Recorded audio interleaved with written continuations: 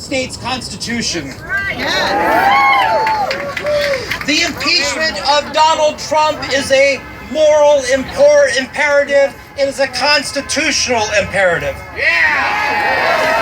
Our democracy has been diminished by Donald Trump's crimes. For the nation's soul to be repaired, the president must be held accountable and removed from office. Then we must go about the work of developing a path to reconcile the people of this nation, to bring us together again.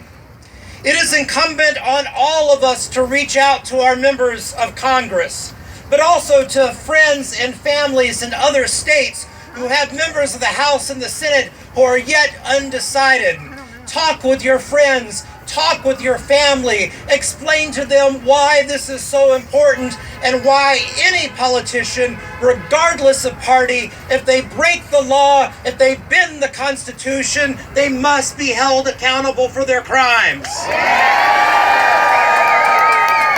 If Mitch McConnell and others in the Senate assert that they will not be impartial jurors as the Constitution demands, they must recuse themselves from this process, from this debate, and from this vote.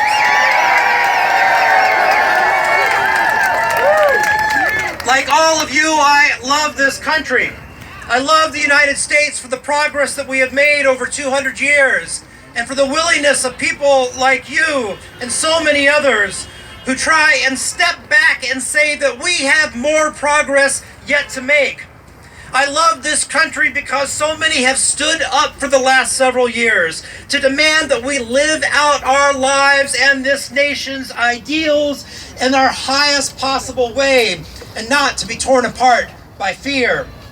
We have blocked airports as the president has tried to enact a Muslim ban, a terrible assault on religious freedom. We have taken to the streets. Some of us have been jailed in the fight against the president's immigration policies. We have asserted that Black lives do matter and that anti-Semitism should never come from the office of the President of the United States. Our young people have walked out of classrooms to protest gun violence and demand a future free from the impact of climate change. We live in a moment of history that demands sacrifice from all of us. Today we answer that call yet again. This is not just about Donald Trump and his crimes. Today is about the future of democracy. Is it about the right to be free and to have fair elections? And so